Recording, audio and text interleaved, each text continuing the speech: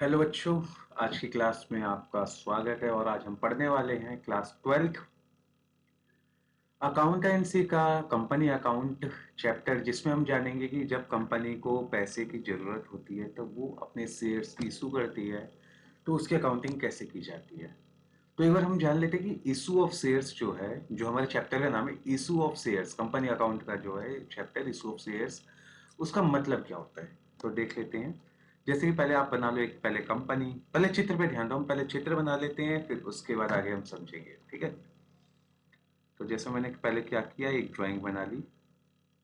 ये ड्राइंग जो क्या है, ये है कंपनी। थोड़ी ड्राइंग गंदी है, एडजस्ट कर लेना आप सब। और इधर बना लो पब्लिक। ड्राइंग के जरिए समझेंगे तभी आपका जो डाउट है वो क्लियर होगा और आपको चैप्टर अच्छे से समझ आएगा कि ये कौन है, ये पब्लिक है। वैसे लोग हैं, कई सारे लोग एक जगह खड़े होते हैं तो पब्लिक ही बोलते हैं इनको, ठीक है। ये जान लो कि जैसे कंपनी को, कंपनी चलाने चलाने के लिए पैसे की जरूरत पड़ती है। तो पैसे की जरूरत पड़ी कंपनी के ओनर को, तो वो क्या करती है, वो पहले क्या करेगी, पब्लिक से पैसा ले सकती है, फिर बैंक से लोन ले सकती है, कई सारे मेथड है। तो अभी हम जो जानेंगे कि शेयर्स से पैसा कैसे कमाती है, शेयर्स इशू करके तब पैसे कैसे लेती है। तो देखो, कंपनी को पैसे की जरूरत पड़ी, कंपनी ने पहले क्या किया, लोगों को क्या किया, लोगों के लिए शेयर्स इशू करे। कंपनी ने क्या किया, शेयर्स इशू करे, इशू भी लिख लो साथ में आप हो जाएगा। और इन लोगों ने क्या किया, इससे इस शेयर्स को खरीद लिया, परचेस कर लिया। किससे खरीदा, कंपनी से। और बदले में कंपनी को क्या दिया इन लोगों ने, मनी। समझ गए मेरी बात, मैं जो कहना चाह रहा हूं। मतलब कि कंपनी है, कंपनी को कुछ पैसों की जरूरत पड़ी, उसने क्या किया, अपने कंपनी के शेयर्स पब्लिक में इशू कर दिए। और लोगों ने क्या किया, उस शेयर्स को खरीदा। और बदले में, शेयर्स तो खरीद लिया लोगों ने, पर बदले में क्या किया, कंपनी को क्या दिए, पैसे दिए। मतलब कंपनी के पास से क्या आ गया, शेयर्स गए और बदले में क्या आया, पैसा आया। इसकी जो अकाउंटिंग होती है वो कौन करता है, कंपनी का अकाउंटेंट। स्पाइडरमैन बन गया क्या ये, थोड़ा पैर टेढ़ा, चलो कोई नहीं, आप देख लेंगे ये कौन करता है, कंपनी का अकाउंटेंट। इसकी अकाउंटिंग कौन करेगा, कंपनी का अकाउंटेंट करेगा, ठीक है। जो शेयर्स वगैरह इनमें इशू किए गए हैं, कितनों ने खरीदे वगैरह, इसकी जो अकाउंटिंग होगी वो कौन करेगा, कंपनी का अकाउंटेंट करेगा, ठीक है। बस ये जो मैंने ड्राइंग बनाई है, क्या ये आपको अभी समझ आ गई है, तो आप कमेंट कर दीजिएगा कि हाँ हमें आई है कि नहीं आई, ठीक है। इतना पार्ट है ड्राइंग्स का। तो इसके बाद हमारा एक पार्ट आ जाता है, इसके बाद का हमारा क्या, देखो ड्राइंग तो हमारा कंप्लीट हो गया। इस शेयर्स जो है, जो बेसिक बेसिक मैंने आपको समझा दिया है, हो सकता है आपको समझ आ गया और नहीं आए तो आप मेरे को कमेंट करना, दोबारा से मैं आपको समझाऊंगा, ठीक है। उसके बाद हमारा क्या है, फर्स्ट पॉइंट आ जाता है, इसके बाद लिख लो आप, features of company.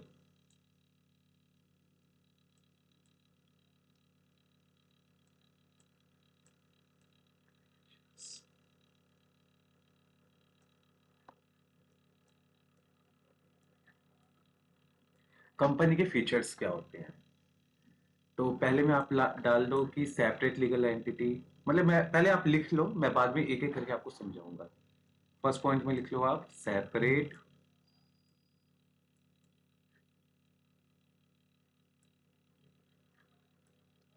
Legal entity.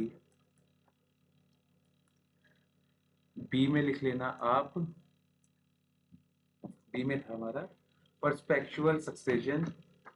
B में क्या है हमारा,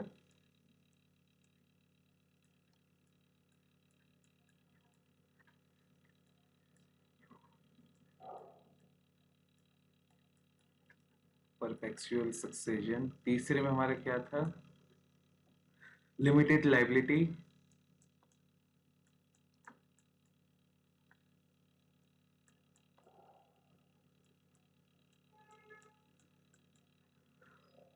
डी में क्या है हमारा,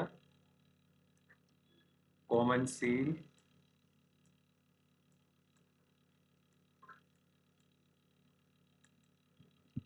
इसके बाद ई में क्या आएगा हमारा,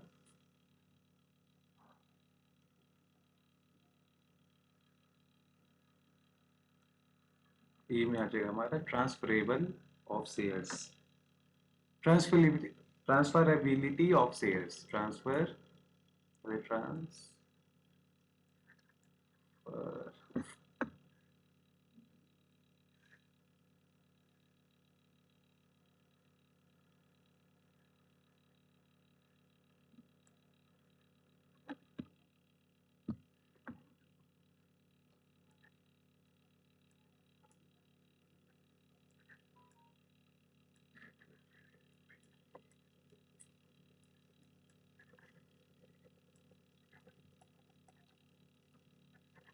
शेयर्स। तो हम क्या करते हैं, पहले एक एक पॉइंट करके इनको समझते हैं कि सेपरेट लीगल एंटिटी क्या होता है, पर्सपेक्चुअल सक्सेशन क्या होता है, लिमिटेड लायबिलिटी क्या होती है, फीचर्स ऑफ कंपनी में, और कॉमन सील क्या होता है, और ट्रांसफरेबिलिटी ऑफ शेयर्स क्या होते हैं। तो ये जानेंगे हम अभी। तो पहले हम जान लेते हैं कि सेपरेट लीगल एंटिटी क्या होती है। तो पहला पॉइंट हमारा ये सेपरेट लीगल एंटिटी। तो उसमें आप क्या करो, थोड़ा सा एक चित्र बनाना है, ड्राइंग बनानी है, वो बना लो पहले आप। जैसे कि एक पहले छोटी सी एक कंपनी बना लो आप। ये क्या है, कंपनी है। और एक इधर एक भैया जी को बना दो, ये कौन है, हमारी कंपनी के ओनर है। कोई भी कंपनी दे सकते हो, उसका ओनर ले लीजिए आप।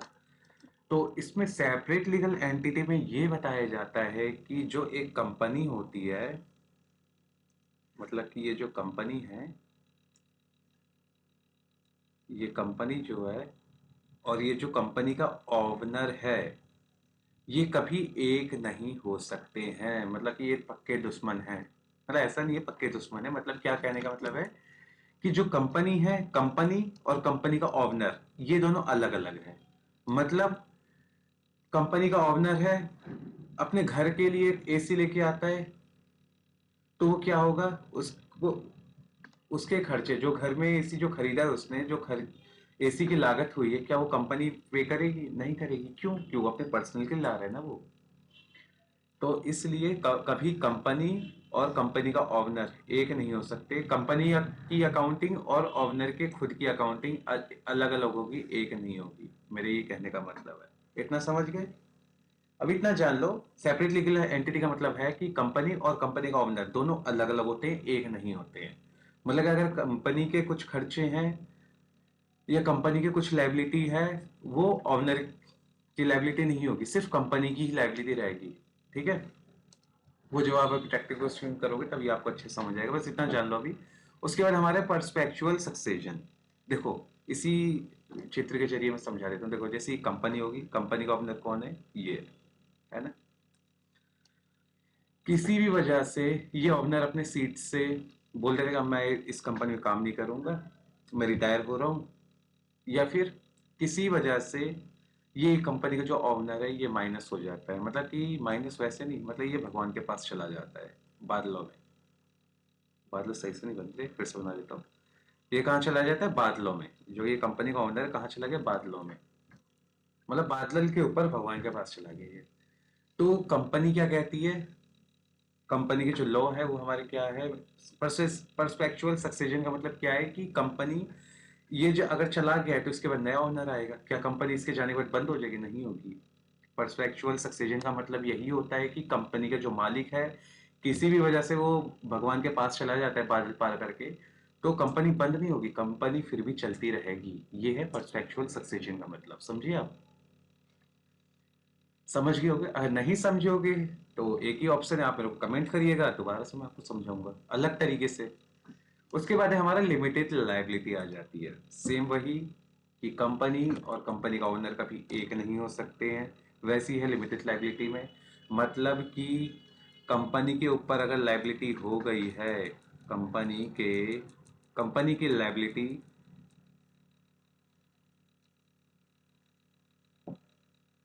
और और ओनर की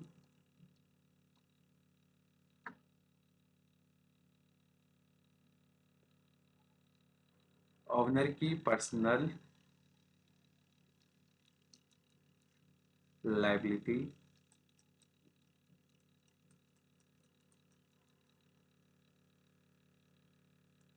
अलग, मैंने इंग्लिश में लिखा, कोई नहीं आप हिंदी में लिख लेना, तो इंग्लिश को क्या पढ़ा, तो इंग्लिश में लिख लेना, अलग होती है। लिखना क्या है, मैं समझाने के लिए लिख दिया, जो उसमें लिख दिया कोई बात नहीं। मतलब मेरे कहने का मतलब ये है, जो कंपनी की लायबिलिटी है, कंपनी के जो कर्ज हो रखा है कंपनी के ऊपर, ऐसा नहीं है कि वो ओनर की भी लायबिलिटी होगी। मतलब कि जो ओनर की लायबिलिटी है वो कंपनी की लायबिलिटी नहीं हो सकती है, और कंपनी की लायबिलिटी है वो कभी ओनर की लायबिलिटी नहीं हो सकती है। मतलब कि अगर कंपनी ने क्या किया, 3 लाख रुपए उधार सामान खरीदा, फिर से वही अकाउंटिंग नहीं, कंपनी ने क्या किया, उधार पैसा बैंक से ले लिया, कंपनी पे 3 लाख की लायबिलिटी आ गई, और कंपनी टाइम पे क्या करी, उस लायबिलिटी को पे नहीं कर सकी, उस लायबिलिटी का अमाउंट टाइम पे पे नहीं कर सकी। तो क्या बैंक वाले ओनर के घर पे जाके उसकी पर्सनल प्रॉपर्टी लाइक घर हो गया या फिर उसकी कार हो गई, इस पे हक जमा सकते हैं? नहीं जमा सकते। क्यों नहीं जमा सकते? क्योंकि वो ओनर की पर्सनल लायबिलिटी है। पर ऐसा हो सकता है कि बैंक वाले आए, कंपनी में आए, उन्होंने क्या किया, कंपनी की एसी ले गए उठा के कि भाई जब कर्जा भरोगे तब ले जाऊंगा मैं। मतलब मेरे कहने का मतलब ऐसा नहीं होता एसी वगैरह उठा ले जाएंगे। मेरे कहने का मतलब है, कंपनी की जो लायबिलिटी होती है वो सिर्फ कंपनी की ही लायबिलिटी होती है, ओनर की पर्सनल लायबिलिटी में ऐड नहीं होती है। कंपनी ही उसको चुकाएगी, जो जिनसे वो उधार सामान, उधार पैसा लेती है कंपनी, तो वो जो पर्सन है वो सीधा ओनर के घर पे जाके उस पे कुछ नहीं कर सकता, जैसे घर पे कब्जा करना हुआ या उसकी एसेट्स उठा ले जाना हुआ, नहीं होगा ऐसा कुछ। कंपनी के ओनर के जो घर के बर्तन है वो नहीं बिकेंगे। क्यों? क्यों? कंपनी ने उधार पैसा लिया है। ठीक है, लिमिटेड लायबिलिटी का मतलब इतना जान लो बस, ठीक है। उसके बाद हमारा कॉमन सील। अब ये जान लेते कि आखिर ये कॉमन सील होता क्या है। कॉमन सील का मतलब होता है कि कंपनी का सिग्नेचर, समझे? कंपनी का सिग्नेचर लिख लो, मैं समझाता हूँ क्या सिग्नेचर कैसे होता है। कंपनी का सिग्नेचर मतलब इसमें क्या होगा, जैसे कॉमन सील का मतलब कंपनी का सिग्नेचर, जैसे कि कोई पेपर डॉक्यूमेंट हुआ, जैसे कि एक पर्सन होता है, पर्सन क्या साइन करेगा, जैसे मेरा नाम, मेरे नाम से क्या मतलब, जैसे मैं अपना साइन कर दिया, लाइक ऐसे, गंदा साइन है, रुको थोड़ा मिटा, जैसे मैंने अपना साइन कर दिया, वैसे एक कंपनी का भी सिग्नेचर होता है इसी तरीके से, समझ गए? कंपनी का सिग्नेचर होता है, एक सील होती है स्टैंप टाइप में, ठीक है। ये सील होगी, इसमें कंपनी का नाम होगा, जो भी होगा, ये स्टैंप होता है एक तरीके का, गोल, गोल ही हो सकता, जैसा भी हो वो बाद में जानेंगे। क्या होता है, कोई भी लीगल पेपर डॉक्यूमेंट होते हैं तो उस पे क्या होता है, कंपनी सील कर सकती है, उसी को क्या बोलते हैं, कंपनी का सिग्नेचर। समझ गए? इतना समझ आ गया? कॉमन सील का मतलब कि कंपनी का सिग्नेचर होता है, जहां जरूरत पड़ती है कंपनी को साइन करने की तो वो स्टैंप लगा दिया जाता है, वो सील लगा दी जाती है, वही कहलाती है कंपनी का सिग्नेचर, ठीक है। उसके बाद आ जाता है पॉइंट हमारा, ट्रांसफरेबिलिटी ऑफ शेयर्स। ये क्या होता है? इसका मतलब होता है कि एक आदमी, जैसे कोई कंपनी का शेयर होल्डर हो गया, अभी शेयर होल्डर आप जानोगे नहीं क्या होगा, चलो कोई नहीं, बाद में बताऊंगा, पहले आप लिख लो, एक आदमी, शेयर्स का तो मतलब जान ही गए हो आप, अपना शेयर, अपना शेयर किसी दूसरे आदमी को ट्रांसफर कर सकता है। क्या कर सकता है? ट्रांसफर कर सकता है। मतलब कि एक आदमी है, उसको पता चल गया कि हाँ भाई मैंने तो जोश जोश में कंपनी के शेयर्स को खरीद लिए, मैंने उसके कुछ पैसे भी दे दिए, आधे पैसे दिए आधे रह गए हैं, तो क्या करेगा, उसको पता है आगे का वो पैसा नहीं दे सकता, कंपनी क्या करेगी, उससे शेयर्स लेके ले जाएगी, फॉरफीचर कर देगी उसके शेयर को। तो उसको पता है कि हाँ मेरे शेयर मेरे हाथ से जा सकते हैं, मैं पेमेंट नहीं कर सकता, मेरे कुछ फायदा नहीं होगा, वो क्या करेगा, जितना उसने पे किया वो किसी और व्यक्ति को दे देगा उसी शेयर्स को। जैसे उसने अगर 10,000 रुपये, पहले आदमी ने क्या किया है, ये आदमी है, इसने क्या किया, कंपनी के कुछ शेयर्स खरीदे, ये टुकड़ों में शेयर्स खरीद लिए, एग्जाम्पल मान लो, ये कंपनी के शेयर्स इसने खरीद लिए, कितने के खरीदे होंगे, अभी तक उसने 10,000 रुपये पे किया है, टोटल इसको करने थे कितने, 20,000 रुपये और करने थे मान लो, मतलब 30,000 शेयर्स था, 20,000 रुपये और पे करने थे। इसने क्या किया, इसको पता है कि हाँ भाई मैंने 10,000 तो कर दी, 20,000 मैं नहीं दे सकता, तो ये क्या करेगा, इसी शेयर्स को अपने किसी दोस्त को या भाई बंधु को किसी को भी दे देगा, कितने में, 10,000 में दे देगा। और ये व्यक्ति क्या करेगा, ये जो 20,000 रुपये जो पेंडिंग थे, ये क्या करेगा, ये पे कर देगा, तो ये पूरा पे हो जाएगा, और जो डिविडेंड मिलेगा वो ये व्यक्ति रखेगा। इसी को क्या बोलते हैं, ट्रांसफरेबिलिटी ऑफ शेयर्स। अगर ये ऐसा नहीं करता, किसी और को नहीं देता, और टाइम पे पेमेंट भी ये 20,000 रुपये नहीं कर पाता, तो कंपनी क्या करती, इसके शेयर्स को अपने पास रख लेती, कुछ नहीं करते, अपने पास रख लेती। ज्यादा ज्यादा ये होता है। और इसने दिमाग दौड़ाया, ये थोड़ा बहुत चालू था, चालाक था मतलब। ये क्या किया, अपने दोस्त को दे दिया इसने कि हाँ भाई मैंने 10,000 रुपये के शेयर्स खरीदा है, एक काम करो तुम मेरे को 10,000 रुपये दो, मैं इसी शेयर को मैं आपको दे देता हूँ, और जो रह गए 20,000 रुपये वो आप आगे पे कर देना। बस यही है इसमें, और कुछ नहीं। इतना समझ गया, आज समझ आ गया आपको। देखो अभी हमने क्या जाना है, देखो क्लास 12 का हमने इशू ऑफ शेयर समझा है कि क्या क्या होता है, मैंने आपको चित्र के जरिए बताया, पर बल्कि मेरे को खुद समझ नहीं आ रहा मैंने क्या बनाया है, हो सकता है आप समझ जाओ। उसके बाद मैंने क्या किया, फ्यूचर्स ऑफ कंपनी बताया क्या होता है, सेपरेट लीगल एंटिटी होती है, वो भी मैंने आपको समझा दिया, कंपनी और कंपनी का ओनर दोनों अलग अलग होते हैं। और फैक्चुअल सक्सेशन भी मैंने बता दिया है कि कंपनी ओनर के बिना भी चलती रहती है, जो इसका पुराना ओनर है, नया ओनर आ जाएगा उसकी जगह ले लेगा पुराने ओनर की, कंपनी बंद नहीं होगी पुराने ओनर के जाते हुए, फिर भी वो चलती रहेगी। फिर मैंने क्या समझा, लिमिटेड लायबिलिटी, कि लिमिटेड लायबिलिटी क्या होती है। लिमिटेड लायबिलिटी होती है कि जो भी कंपनी के कर्जा है, कंपनी की जो लायबिलिटी है, वो पर्सनल, वो ओनर की पर्सनल लायबिलिटी नहीं बन सकती है। कंपनी की लायबिलिटी अलग है, वो पर्सनल, वो ओनर का सिरदर्द नहीं बनेगी, सिर्फ वो कंपनी तक ही रहेंगे। जो कंपनी के क्रेडिटर हैं वो कंपनी तक ही बने रहेंगे, ओनर के पर्सनल पे जाके उसके घर पे या कार पे कब्जा नहीं कर सकते हैं। समझ गए। उसके बाद मैंने बताया था आपको कॉमन सील क्या होती है। कॉमन सील का मतलब है कंपनी का सिग्नेचर, जहां भी पेपर डॉक्यूमेंट होते हैं, जहां एक सिग्नेचर की जरूरत होती है, तो कंपनी के पास एक सील होती है जिसमें कंपनी का नाम रहता है, वो स्टैंप लगा देती है कंपनी, तो उसमें क्या होता है, वो कंपनी का सिग्नेचर माना जाता है। उसके बाद मैंने बताएगा आपको ट्रांसफरेबिलिटी ऑफ शेयर्स, जिसमें एक पर्सन है हमारे, इन्होंने क्या किया, 10,000 रुपए का शेयर्स तो खरीद लिया, पर इनको पता नहीं था कि 20,000 रुपये और पे करने हैं हमें, तभी डिविडेंड मिलेगा। इन्होंने सोचा 10,000 दो, 10,000 में भी हमें डिविडेंड मिल जाएगा। इन्होंने क्या कि 10,000 रुपये दे के शेयर्स खरीद लिए, और बाकी 20,000 रुपये ये नहीं दे पाए किसी वजह से, इन्हें पता था फ्यूचर में हम नहीं पेमेंट कर सकते। इन्होंने क्या किया, अपने किसी दोस्त को वही शेयर्स 10,000 रुपये में दे दिया। बस ये होता है ट्रांसफरेबिलिटी ऑफ शेयर्स, मतलब कि अपना शेयर्स, एक व्यक्ति अपना शेयर्स किसी और को ट्रांसफर कर सकता है, मतलब दे सकता है, ये है इसमें। समझ गए होगे आप। तो इसके बाद का हम समझेंगे टाइप्स ऑफ कंपनी। क्या समझेंगे, types of company. Second point है हमारा टाइप्स ऑफ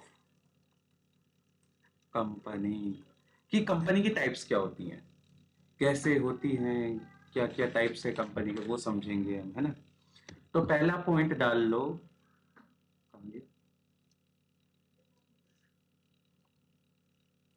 पहला पॉइंट है आपका प्राइवेट कंपनी।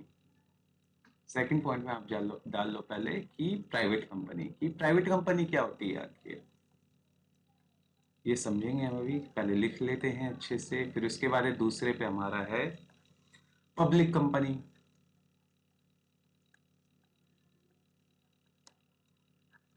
कि पब्लिक कंपनी अब क्या होती है, इसको ऐसे बना दो ना तो दिक्कत हो जाएगी।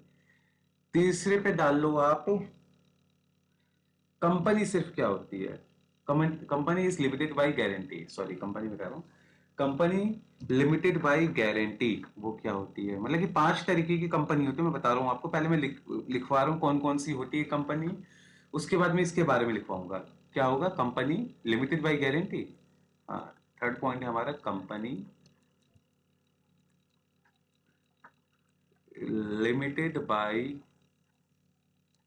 GUARANTEE, company limited by guarantee. Fourth में आ जाता है हमारा company limited by shares, company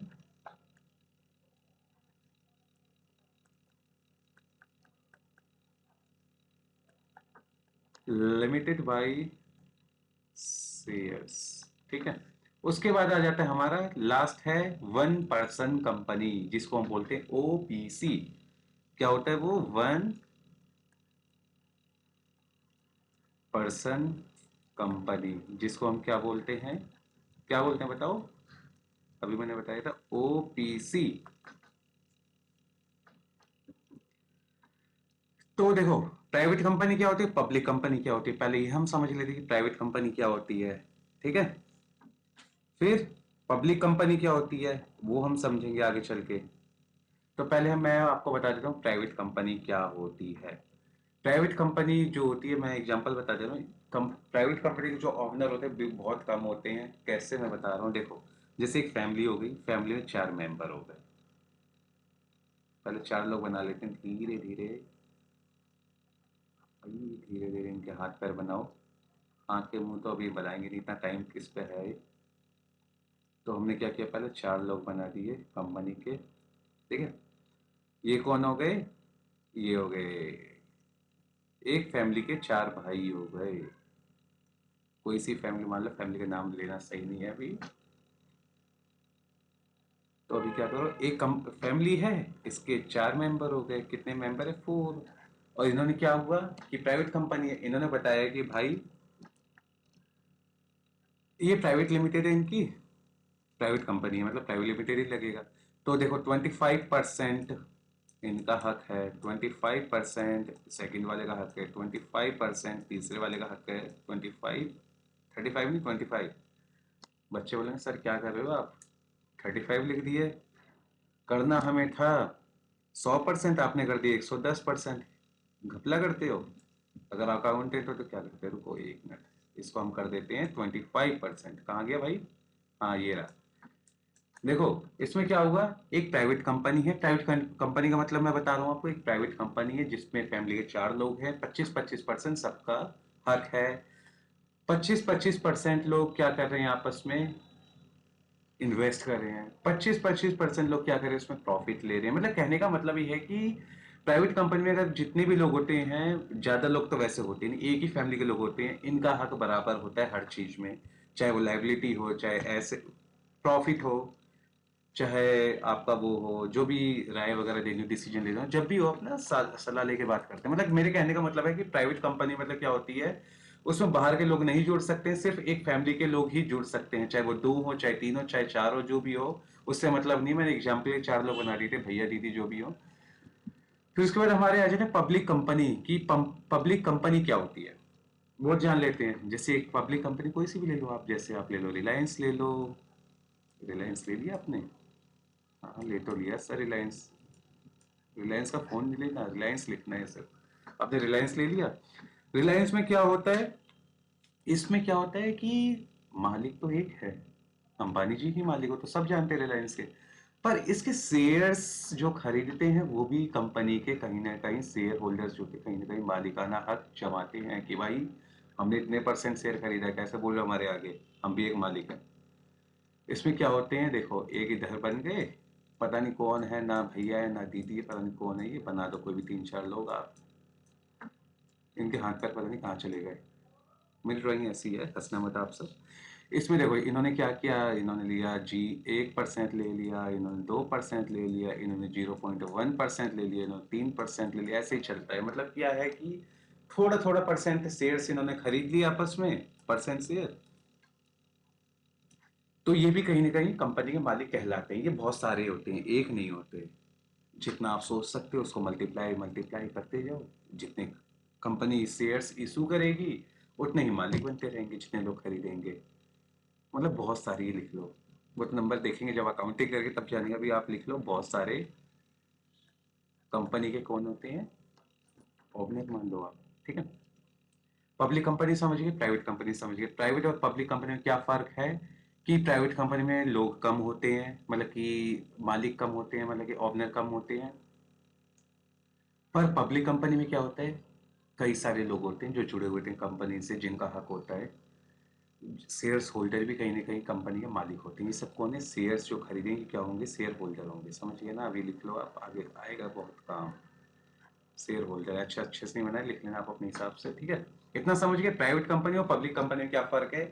private company जिसमें कंपनी के मालिक बहुत कम होते हैं, एक फैमिली के लोग ही बन सकते हैं, वो प्राइवेट कंपनी होती है। और पब्लिक कंपनी का कोई भी मालिक बन जाता है, मतलब जैसे बोल सकते मुंह उठा के कोई मालिक बन गया, ये होती है पब्लिक कंपनी, ठीक है। उसके बाद हम जान लेंगे कंपनी लिमिटेड बाई गारंटी। इसके बारे में थोड़ा बहुत लिखवाऊंगा तो हो सकता है कि आपको लिखना पड़े, तो एक काम करते हैं, इसको हम यहाँ नहीं समझ पाएंगे क्योंकि बड़े हैं क्वेश्चन, इसको हम समझेंगे नीचे। लाइन खींचना नहीं है बच्चों, यहाँ पे लिख लो क्या लिखना है, कंपनी लिमिटेड बाई गारंटी। तो लिख दो आप, कौन सा पॉइंट है हमारा, थर्ड पॉइंट है ना, हाँ थर्ड पॉइंट डाल लो इधर और लिख लो क्या, कंपनी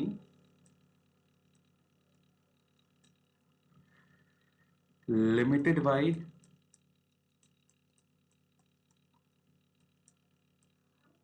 गारंटी।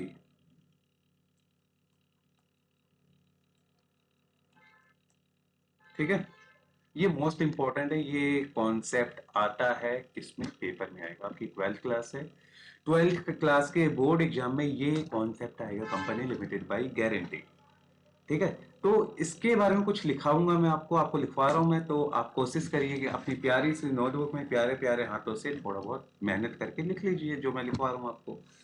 तो लिखते हैं, देखिए पहले जो मैं लिखवाऊं वो लिखना, फिर उसके बाद हम समझाएंगे आपको, आप अच्छे से आंख, आंख हो गया, नाक हो गई, नाक तो सांस लोगे, कान और मुंह, मुंह कब खोलना है, जब आपको डाउट आएगा तब, ये सब खोल के तब आपको लिखना है, ठीक है, हाथ भी चलने चाहिए उस समय। तो लिख लो आप, वेयर द लाइबिलिटी,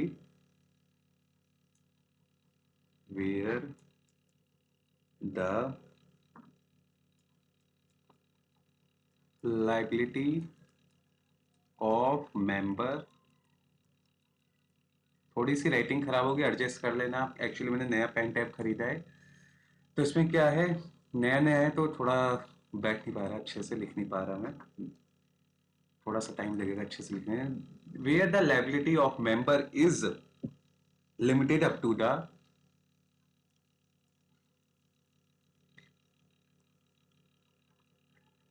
लिमिटेड है भाई, क्या लिख रहे हो सर, आप भी गलत लिखते हो। नया पेन टैब लिए तो क्या हुआ, आप गलत लिखोगे फिर। नहीं बच्चों सही लिख रहा हूँ, लिमिटेड, लिमिटेड की स्पेलिंग क्या होती है, LIMITED। हाँ limited, limited up to the,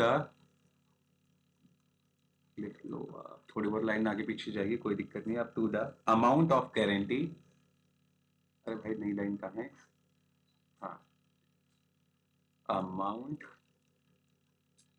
up to the guarantee, guarantee की स्पेलिंग आती है आप सबको, यस सर आती, तो लिखो फिर, मेरे से क्या पूछ रहे हो, गारंटी गिवन, कुछ समझे, कुछ समझ आ रही है इंग्लिश वर्ड जो इसमें अंग्रेजी मैंने लिखी है, समझ आ रही है भाई, कॉमर्स जो अंग्रेजी समझो। इसमें बताया गया where the liability of members is limited, मतलब और up to the amount, up to the, up to the amount up to the guarantee, where the liability of member is limited up to the amount of guarantee given, sorry मैंने दो words ज्यादा लिख दिए, आप इसे हटा देना, up to the गलत दो बार हो गया है, तो कोई नहीं से आप बता दो अच्छे बच्चों की तरह, थोड़ी बहुत गलती मेरे से भी हो जाती है। अब इसका मतलब मैं आपको समझा देता हूँ, समझाऊं, देखो फिर से चित्र बनाएंगे, आप भी बना लीजिए मेरे साथ, बनाना चाहो तो देखो फिर से, ये कंपनी है, क्यों चित्र के बिना आप नहीं समझ सकते इसमें जो कॉन्सेप्ट है, ये कंपनी है, सर बहुत बार बता दिया अपनी कंपनी और पब्लिक, अब पब्लिक नहीं आएगी इसमें, कंपनी के ओनर आएंगे, ये कंपनी के चार पार्टनर्स हैं आपस में, कुछ भी मान लो पार्टनर, हाँ पार्टनर ही मान लो, तीन चार जो भी मान लो, इनका नाम क्या रखें, नाम मत रखिए सर, ना तो लड़ेंगे लोग आके जिनका नाम हुआ नहीं, इनका नाम रख दो मिस्टर ए, इनका बी, मिस्टर बी, सी और डी, नाम नहीं लूंगा मैं। उसके बाद आप बना दो क्या, एक किताब, बनाए, हाँ बनाओ, क्या बनानी है हमें, एक किताब बनानी है, मेरी किताब तो यहीं तक है उससे, कोई बात नहीं अगला पेज खोल लेंगे, यहाँ पे आप क्या करो, एक किताब बना लो,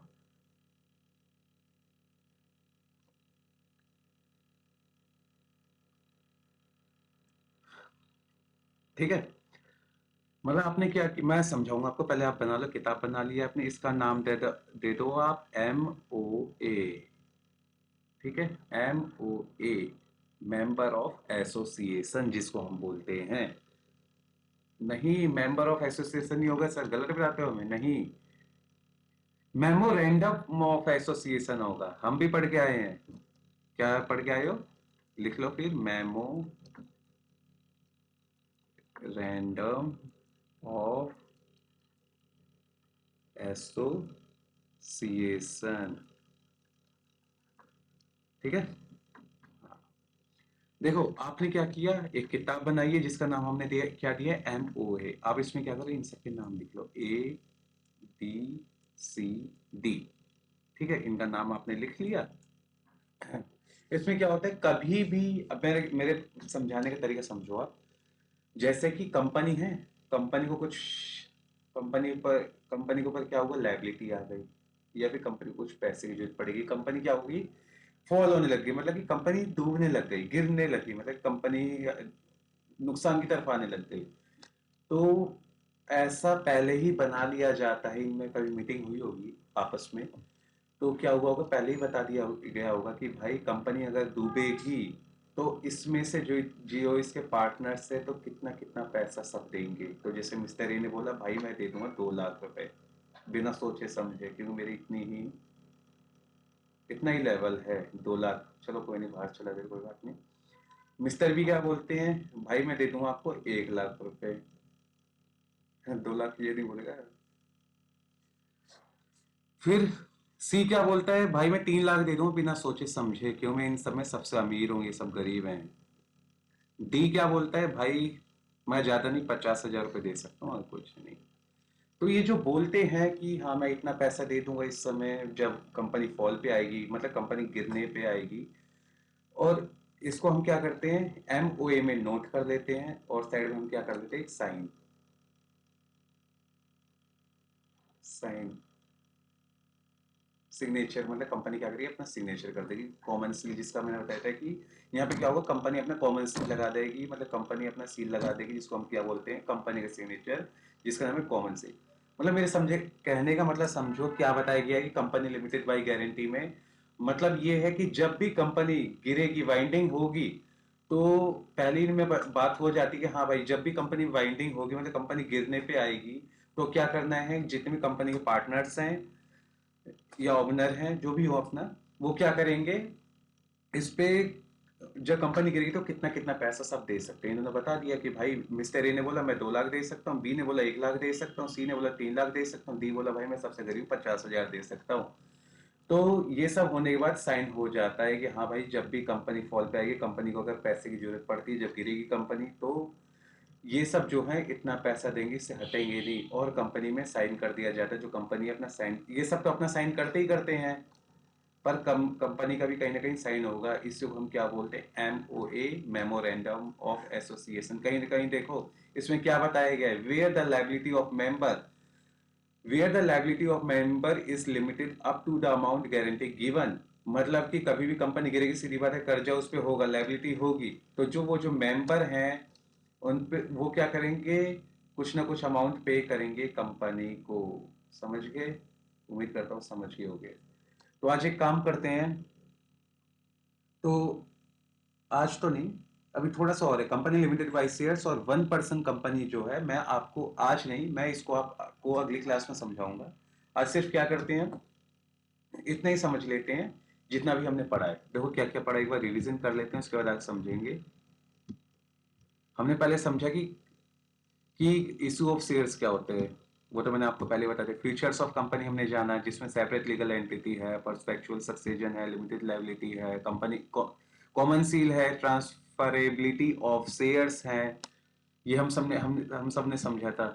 उसके बाद हमने समझा था टाइप्स ऑफ कंपनी, कंपनी की क्या क्या कितनी वो प्रकार कौन कौन से होते हैं, प्राइवेट कंपनी है, public company, company limited by guarantee, यहाँ तक अभी हमने पढ़ा है। इसके आगे हम कल पढ़ेंगे या फिर अगली क्लास में पढ़ेंगे, जब भी वो स्टार्ट हो जाए।